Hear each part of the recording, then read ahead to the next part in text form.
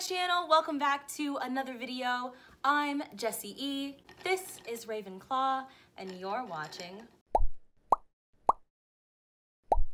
In late 2018, I began a series where at the end of each month, I wrapped up the things that happened in the bookish community. This includes everything from author news, adaptations, milestones that booktubers were celebrating, etc. I also talked about news for the upcoming month, everything from new books that were coming out, new comics coming out, author news, sequel announcements, etc. And I really liked producing that series, so I've decided to continue it in 2019. This video marks the first reoccurrence of that series in 2019. I'm going to be wrapping up some events that happened in the booktube community in February, while also giving you all of the tea on the bookish movie adaptations, readathons, author news, and book releases that you can expect to see in March. There will be timestamps, so if you only want to see the March news, you can skip ahead. If you only want to see the readathons, there's a timestamp for that, and so on and so on. One of my favorite things to happen in February was that Elizabeth Acevedo announced that HarperCollins has acquired 2 new books from her. Now, the first story is called Clap When You Land, and it is another novel told in verse with 2 protagonists. They're 2 young girls who didn't previously know each other, who finds out that when their father dies in a car crash that they are related and they are actually siblings. Clap When You Land drops in 2020. I cannot wait to see the cover reveal for this book, and I cannot wait to find out more about the second book. And speaking of cover drops, Ibi Zoboi finally dropped the cover for her sci-fi middle grade story, My Life as an Ice Cream Sandwich. And this cover got me so much more excited for the book. I absolutely cannot wait. It is drop dead gorgeous. This is a middle grade story that takes place in the 1980s and is told from the perspective of a young black girl living in Harlem, and she is on her way to becoming one of NASA's first female black engineers. And lastly, contemporary Indian American author Sandhya Menon announced her new series coming in 2020. This will also be the first work that I will ever have read from Menon, and I'm so excited because what I do know about this series is absolutely intriguing, and I cannot wait to have it in my hands. I cannot wait to talk to you guys about the adaptations that were announced in February because this shit was off the chain. BookTube, Book Twitter, and Bookstagram needs to be extremely proud of themselves because we had so many of our favorite books be announced as adaptations, upcoming adaptations this year and in 2020, which just shows the amount of power that we have as book reviewers and the amount of influence that we actually do have in the bookish community. When I heard the announcement that Jason Momoa was going to be a part of Dune, I immediately thought, the only way I'm comfortable with this is if he's going to be painting the set. My hopes are so high for this adaptation of such a beloved worldwide science fiction series that is close to my heart and the hearts of many. I let it slide when Timothy Chalamet was cast as Paul, but Jason Momoa cast as Duncan just goes too far. So I would like to propose a replacement for Jason Momoa as Duncan Idaho. Do you want to be an actress? Do you want to be a star? I will be starting a petition for Ravenclaw to be cast as Duncan Idaho in Dune. I will leave the petition below. Please sign and support her breakthrough debut. I love you. You're gonna... Ow! Netflix Originals Haunting of Hill House, which is based off of Shirley Jackson's creepy thriller, was just renewed for a 2nd season, which will get us into 2020 when The Haunting of Bly Manor is released. The Haunting of Bly Manor will be based off of Henry James's The Haunting, a book that I haven't read but is definitely on my horror TBR. And on February 4th, people started rumoring that Michael B. Jordan was going to produce the adaptation for Black Leopard Red Wolf written by Marlon James. This rumor started pretty much the day after Black Leopard was released, so I didn't give it any sort of thought until I saw this photo on Instagram. Michael B. Jordan has such an eye for art, and I cannot wait to see the casting and how this very ambiguous and shifting story is told. And just when I thought things couldn't get any better in February, AMC released the trailer for Joe Hill's Nosferatu, which is going to be adapted into a 10-episode series that drops this summer. And the casting was spot on. I was so skeptical about Zachary Quinto being cast as the infamous killer Charlie Manx until I saw him in makeup. Just the makeup alone and seeing him kind of do that slow turn in the trailer gave me all of the chills. And if in case you're not familiar with writer Joe Hill, he wrote Horns, which was turned into a Netflix original starring Daniel Radcliffe, and he also is Stephen King's son. His horror books are unsettling and atmospheric and wildly imaginative. There are so few horror writers that write horror the way that he does, and I cannot wait to see this adaptation. I'm so excited. Also in adaptations, HBO has picked up They Both Die at the End. It's going to be a short half-hour comedy series, and lots of people are concerned that a short TV series isn't going to be able to deliver on the depth and emotion portrayed in this book. I just hope the series is better than the book.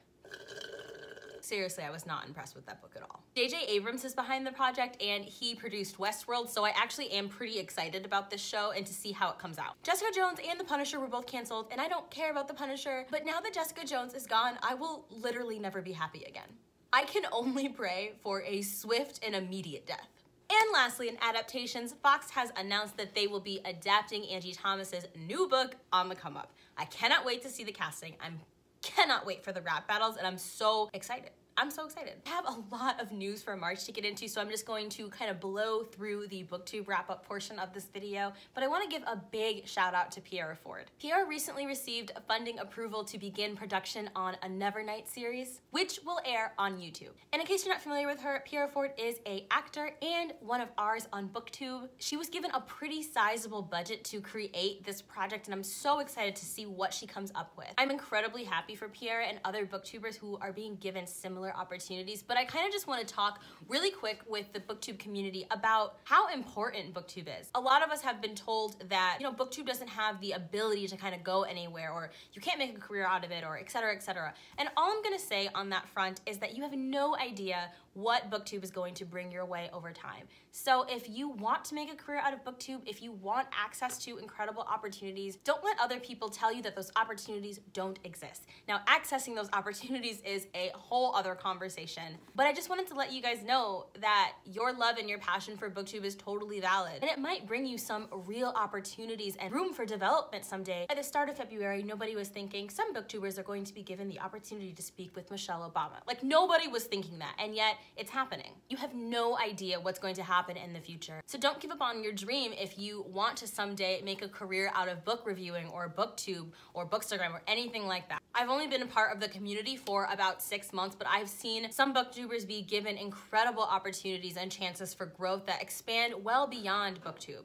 And that is something worth aspiring towards if that's something that you want. And that is my don't give up on your dream speech of the day. Now that February is all wrapped up, we can finally talk about Marzo. I'm going to be giving you the tea on the movie adaptations, then the book releases, and lastly, the community readathons that are happening. Chaos Walking, based on the book The Knife of Never Letting Go by Patrick Ness, was released on March 1st, and it stars Tom Holland and Joe Jonas. I have no interest in this movie or the book whatsoever, but I adore Tom Holland, so I'm definitely going to be checking it out. Where'd You Go, Bernadette also stars an actress that I love named Cate Blanchett, and that comes out on March 22nd. Captain Marvel is released on March 8th, and 5 Feet Apart comes out on March 15th. And in book releases, When All Is Said and Done by Anne Griffin comes out today. This is a contemporary Irish novel about an 84-year-old man who goes to a hotel and orders 5 different cocktails. These cocktails are in honor of the top 5 influential and critical individuals in his life. I will admit that this book has somewhat of a lackluster description, but when I checked it out on Goodreads, people are just raving, completely blown away by it. And I do have to admit that I love the trope of a character reflecting on their life.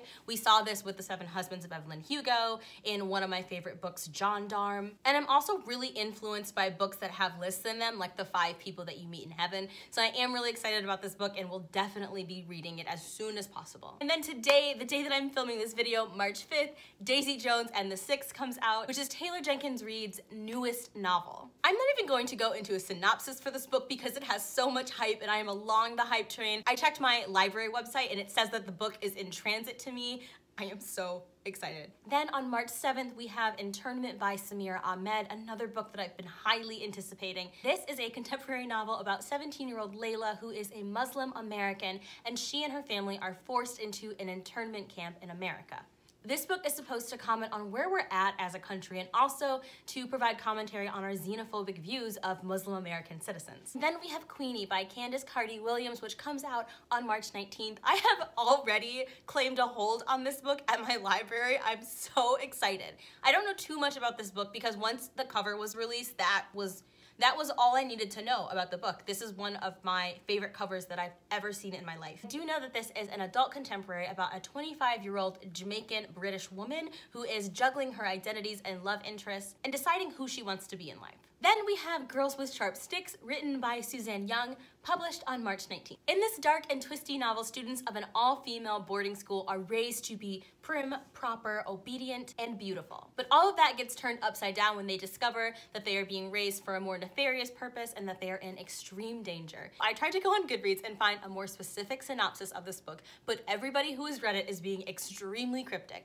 All people will say is that it's phenomenal, it's dark, it's twisty, and that there's a layer of mystery. And that alone has intrigued me, and I love the cover. I know that there's feminist elements to it too, and I just like have a thing for boarding school mysteries. And then in our sci-fi fantasy picks, we have The Way to the Stars by Kay Ancrum. I have no idea if I'm saying that name right. Shout out to Ola Quinn for bringing this to my attention. It is a intersectional, queer, and diverse space novel. I don't know more than that, and I don't want to know anymore. Then we have The Quiet at the End of the World by Lauren James, which is a sci-fi mystery about those who have survived the end of the world. I don't know why, but I love books where Earth has received an untimely demise. A Good Kind of Trouble comes out on March 12th. It is by author Lisa Ramay. It is about 12-year-old Shay, who is very quiet. She keeps to herself. She always keeps her head down, but her older sister gets involved with the Black Lives Matter movement. And Shay isn't really sure if BLM is for her, but she ends up wearing a Black Lives Matter wristband to school, and it sparks a huge debate, and everybody is kind of being forced to take sides, and she kind of needs to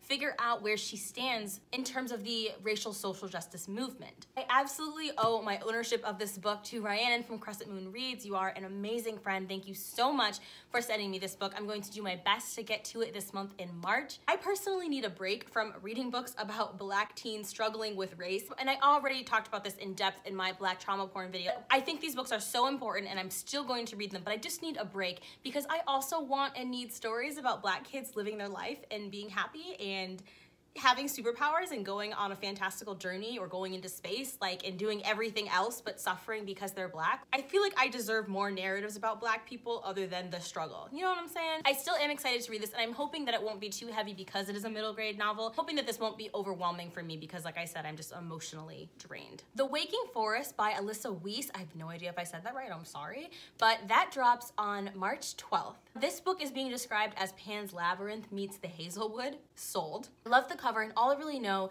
is it involves a mysterious forest. Something about this forest causes it to vanish and reappear at different times, and if you go into it, you can ask the witch who lives in the forest for a favor or something like that. This is another book where the synopsis is being incredibly mysterious, so I've just decided to go into it blind, which is my preferred way to go into a book anyhow. And lastly, let's talk about the readathons that are going down this month in March. Middle Grade March, which is all month, and that is hosted by Life Between Worlds and Books and Jams. I highly recommend this book for Middle Grade March. And then booktuber Leanne Rose is hosting an Irish readathon all throughout the month of March, and I would highly recommend When All Is Said and Done by Anne Griffin, because that is an Irish contemporary novel. Now, when I say recommend, I have not read these books, so I guess I can't recommend them, but I think they might be good picks. Rachel Marie's book club runs all month as well, and we are reading The Priory of the Orange Tree, and our live show is on April 6th. Then we have Zodiacathon, which is run by my beloved Carrie the Book Bell from March 20th all the way to March 26th. So you'll have almost a full week of a lovely astrology-themed readathon. It's also time for Rhiannon of Crescent Moon Reads Witchathon, which runs from March 13th to March 20th. And one of the most creative readathons I've ever heard of is called Plug and Readathon. It runs from March 10th to the 16th and is hosted by Kathy Trithart and Books with Zach. Plug and Readathon is all about e-reading. For those of you who do love e-reading, this will be a really good time to form some solidarity with other e-readers.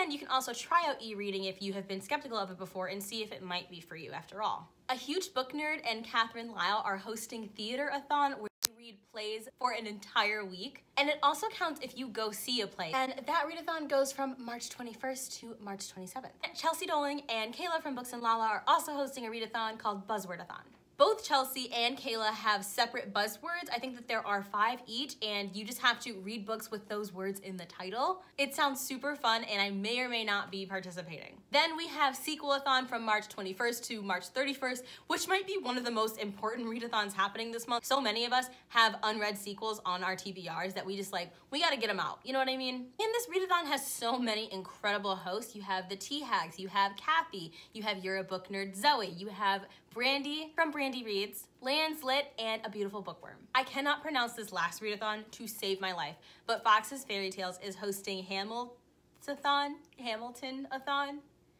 Hamilton. It's a fucking play. My lack of knowledge surrounding theater is showing. So there are so many readathons happening in March, so if you're hosting one and I missed it, please let me know in the comments below and I will add it to the links in my description box. All of the readathons I just talked about are going to be in the description box below, as well as all of the information that I gave you. That is it for this video. Tell me in the comment section below if any of the books that I've listed sound interesting to you, or if they are anticipated releases for you as well. Also, let me know if there are any books to movie adaptations that you are excited about, especially off of the list that I mentioned, because I totally want to talk about these adaptations with someone. In the future, let me know if you would like to see the previous month's wrap-up mixed in with the upcoming month's news like I did in this video, or do you want them to be separate videos? For example, would you have preferred I did a February author booktube wrap-up video and then created another video where I talked about the March news?